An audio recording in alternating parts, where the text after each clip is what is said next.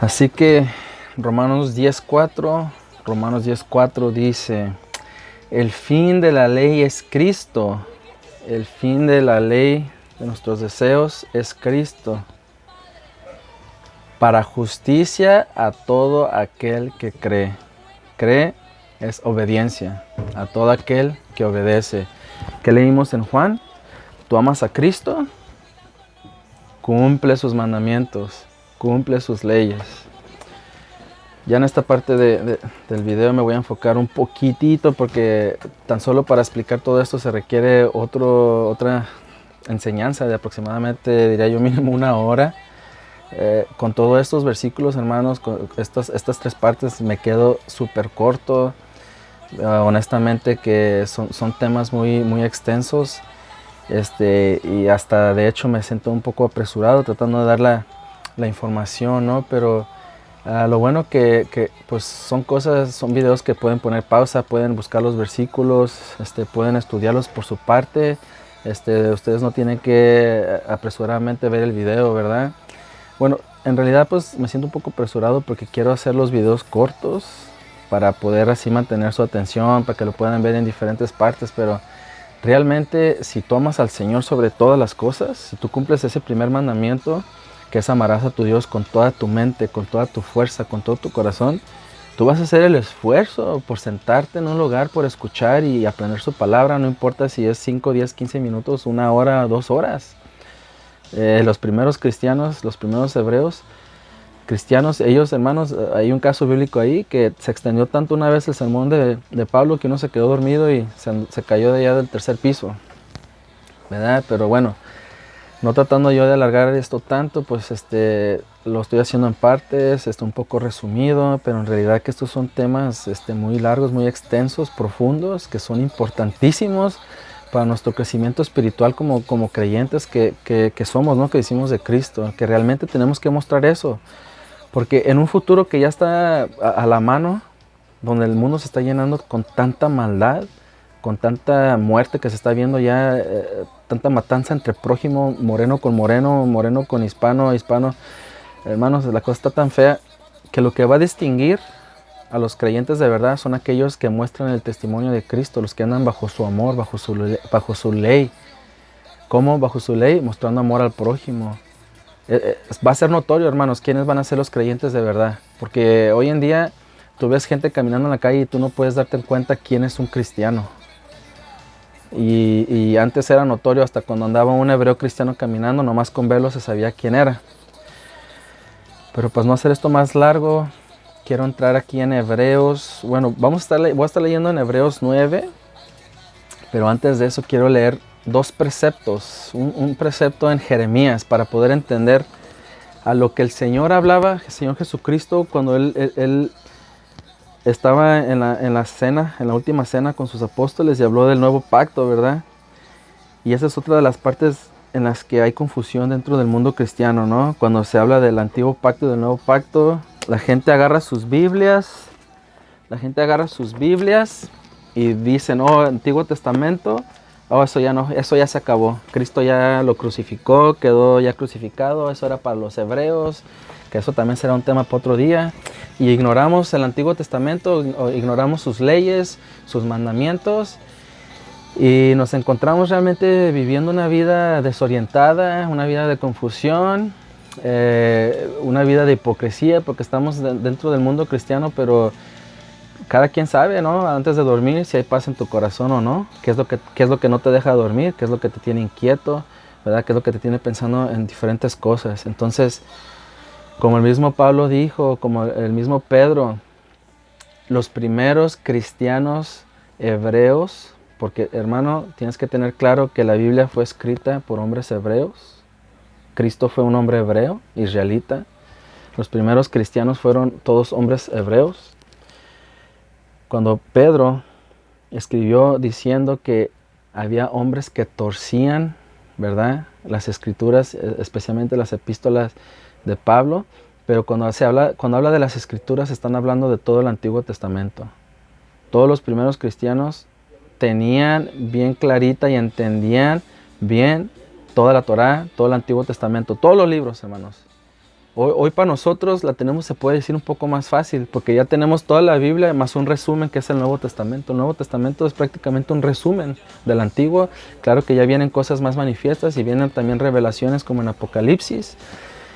No me quiero alargar más en eso, se los digo pues para que estén pendientes a muchos temas que se estarán tocando, hermanos, porque se vienen tiempos difíciles. Cristo viene pronto, pero viene por un pueblo apartado, por un pueblo santo. Primeramente, ya en estas últimas etapas se está trabajando con su pueblo de Israel. Estaremos hablando más de eso en otro video. Pero para entender cuál fue el nuevo pacto, ¿verdad?, que es en la sangre de Cristo, vamos a ir a Jeremías en el capítulo 31. Jeremías capítulo 31, voy a leer del versículo 31 en adelante. Dice así la palabra: He aquí que vienen días, dice nuestro Dios Altísimo, en los cuales haré un nuevo pacto con la casa de Israel y con la casa de Judá. ¿Por qué aquí no está diciendo con los judíos o por qué no está hablando con los israelitas? Porque para poder entender las cartas, las epístolas de Pablo y más para entender Romanos, hay que entender de que el pueblo se había dividido en dos. La casa de Israel como el reino norte y la casa de Judá como el reino sur. Estaban divididos. Cuando Cristo vino y anduvo caminando en esta tierra, y cuando Él estuvo predicándole el evangelio al reino sur, que era el reino de Judá, que era el que estaba presente en Jerusalén y en los tiempos que Jesús estuvo caminando en la tierra. Claro que había personas de otras tribus también ahí, pero en su mayoría los que estaban concentrados en Judea eran de la tribu de Judá, Benjamín y de Leví. Pero para no confundirlos más o para que no se extienda más vamos a seguir leyendo. Aquí que vienen días, dice Jehová, en los cuales haré un nuevo pacto con la casa de Israel y con la casa de Judá, no como el pacto que hice con sus padres el día que tomé su mano para sacarlos de la tierra de Egipto, porque ellos invalidaron mi pacto, aunque fui yo un marido para ellos, dice Jehová. Pero este es el pacto que haré con la casa de Israel después de aquellos días. Esta es una profecía que ya se cumplió. Dice el Dios Altísimo: daré mi ley en su mente y la escribiré en su corazón, y yo seré para ellos por Dios, y ellos me serán por pueblo. Y no enseñará más ninguno a su prójimo, ni ninguno a su hermano, diciendo: conoce al Dios Altísimo, porque todos me conocerán, desde el más pequeño de ellos hasta el más grande, dice el Dios Altísimo, porque perdonará la maldad de ellos y no me acordaré más de su pecado. Entonces, ¿cuál fue ese nuevo pacto de que aquí Dios Altísimo está hablando? Esta fue una profecía que le dio a Jeremías y una profecía que en parte ya se cumplió y se sigue cumpliendo. Y una profecía que fue dada, como dice aquí su palabra, la estoy leyendo yo directamente de su palabra en Jeremías, un pacto que se hizo con la casa de Israel y con la casa de Judá. Este precepto está aquí en Jeremías 31. Vamos a ir ahora a Mateo 26, versículo 26. Aquí está el personaje que vino a hacer ese Nuevo Testamento, que vino primeramente a cumplir el antiguo pacto, el Antiguo Testamento, y con su muerte estableció el nuevo. Y miren lo que dice en el capítulo 26, versículo 26 de Mateo. Y mientras comían, tomó Jesús el pan y lo bendijo y lo partió y dio a sus discípulos y dijo: tomad, comed, esto es mi cuerpo. Y tomando la copa, el vino, y habiendo dado gracias, les dio diciendo: bebed de ella todos, porque esto es en mi sangre del nuevo pacto, para que por muchos, dice que por muchos es derramada, dice, para remisión de pecados. ¿Quién vino a cumplir el antiguo pacto? Nuestro Señor Jesucristo. ¿Quién vino a establecer el nuevo pacto? El Señor Jesucristo. Y el nuevo pacto es en la sangre. En ningún lado dice que olvídate del Antiguo Testamento, olvídate de sus leyes, olvídate de sus mandamientos. De Mateo para acá ya es para los cristianos y de Mateo para atrás es para Israel. Hermanos, te vas a sorprender de muchas cosas en estos temas que vamos a estar tocando. Te vas a sorprender de muchas cosas. Y más porque te vas a estar metiendo a la palabra del Señor y no vas a estar escuchando las enseñanzas de hombre. Entonces, el nuevo pacto es en la sangre de Cristo. como vamos a estar viendo ahora sí en Hebreos, en el capítulo 9, y voy a estar leyendo del versículo 11 en adelante. Pero estando ya presente Cristo, sumo sacerdote de los bienes venideros, por el más amplio y más perfecto tabernáculo, no hecho de manos, es decir, no de esta creación, porque sabemos que el trono del Padre está en el cielo. Amén. Cristo viniendo a esta tierra como el sumo sacerdote, como el único que podía entrar, como ya les había dicho en otro video, el único que pudo entrar directamente hasta el lugar santísimo, como un cordero perfecto, sin mancha, sin pecado. Dice, y no por sangre de machos cabríos ni de becerros, sino por su propia sangre. Entró una vez para siempre en el lugar santísimo, habiendo obtenido eterna redención. Porque si la sangre de los toros y de los machos cabríos y las cenizas de la becerra, rociadas a los inmundos, santifican para la purificación de la carne, cuanto más la sangre de Cristo, el cual mediante el Espíritu Eterno se ofreció a sí mismo, sin mancha a Dios, sin pecado, limpiará vuestras conciencias de obras muertas para que sirváis al Dios vivo. ¿Cuál era parte del antiguo pacto? Todo esto que estamos viendo. El amontonadero de sangre que todos los hombres hebreos del antiguo mundo pecaban y sacrificio, pecaban y sacrificio, pecaban y sacrificio. El Padre se cansó de tanta sangre derramada, porque el hombre no entendía que el acto de sacrificio era por si pecabas. Pero no era para seguir y seguir y seguir y seguir y seguir, ¿verdad? Y aparte que la sangre de ese cordero solamente cubría el pecado. Cristo, como el cordero perfecto, inmolado, sin mancha, sin pecado, fue el único cordero que al derramar su sangre, porque Él vino y la entregó, pudo limpiar el pecado, no cubrir, limpiar, quitar. Dice el 15. Así que por eso es mediador de un nuevo pacto, para que interviniendo muerte para la remisión de la transgresión que había bajo el primer pacto, los llamados, los que hemos escuchado su palabra, reciban la promesa de la herencia eterna. Como les había dicho, hermanos, nosotros fuimos creados para vivir una eternidad, pero por causa del pecado estábamos bajo la condenación. Si tú ya estás considerado muerto el pecado, estás considerado muerto tus deseos y andas bajo los mandamientos del Señor, andas caminando en sus leyes, en sus preceptos, dando testimonio del amor de Cristo, considérate muerto al pecado, entonces ya no hay condenación para ti.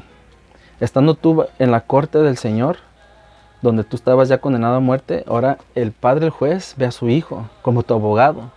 Y Él es el que clama y le dice al Padre, dice, este yo me lo gané para ti, este es seguidor mío. ¿Cómo sabemos que somos seguidores del Hijo de Cristo? Andando en sus mandamientos, cumpliendo su ley. La ley de Cristo es amar al Padre sobre todas las cosas, sobre todo. ¿Querías ir allá en vez de ir a conocer y aprender del Señor? Muere ese deseo. Ama al Padre primero delante de todo eso. ¿Quieres ir al partido de fútbol en vez de ir? No, déjalo. Y después de todo eso, ama a tu prójimo. Ya no decías mal a tu prójimo, deja de pensar tanto en ti, porque hay tantos versículos en su palabra que hablan de cómo se tiene que amar al prójimo y cómo se debe de conducir uno hacia el prójimo. Hay tantas cosas, hermanos. El mismo Pablo también nos dice, porque fíjense cómo lo leemos de varios. Pedro, Pablo, Juan, Mateo, todos los evangelistas y varios de los apóstoles andaban en la imitación de Cristo, amando a Cristo, amando al prójimo. Miren lo que dijo Pablo en Gálatas 5:14, lo pueden buscar, ya voy rapidito sobre estos versículos para que póngale pausa, búsquenlos ustedes. 5:14 en Gálatas, toda la ley se resume en una, ama al prójimo.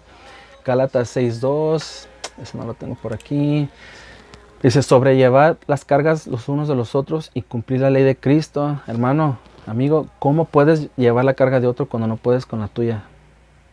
¿Cómo puedes ayudar al prójimo cuando estás chupándote tus heridas, cuando te estás sintiendo autolástima, cuando estás en depresión, en ansiedad? Cuando andas en depresión, en ansiedad y todo eso, estás en pecado. Hay un pecado oculto quizás también ahí.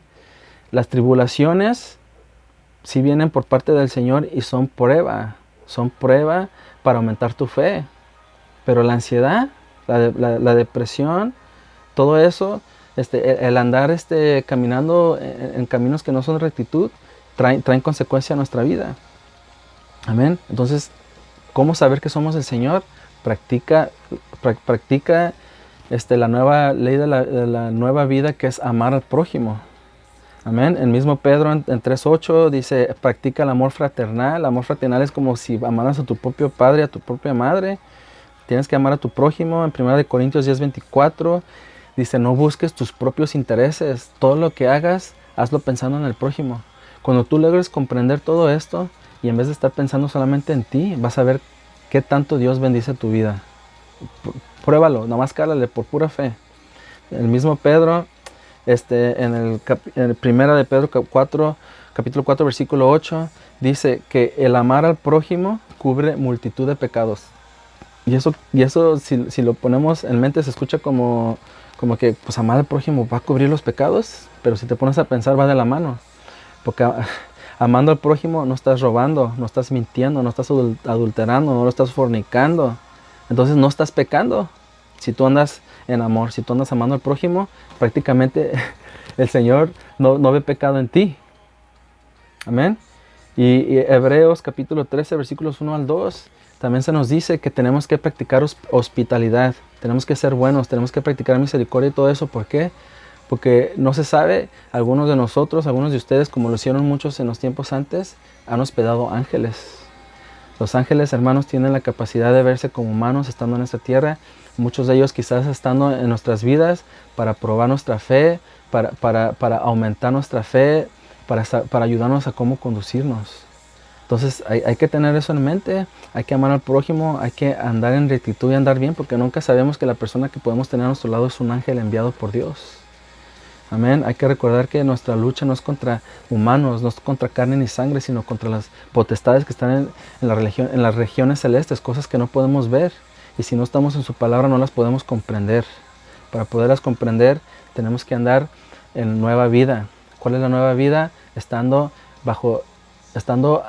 en el Espíritu, viviendo en el Espíritu, andando bajo la ley del amor de Cristo.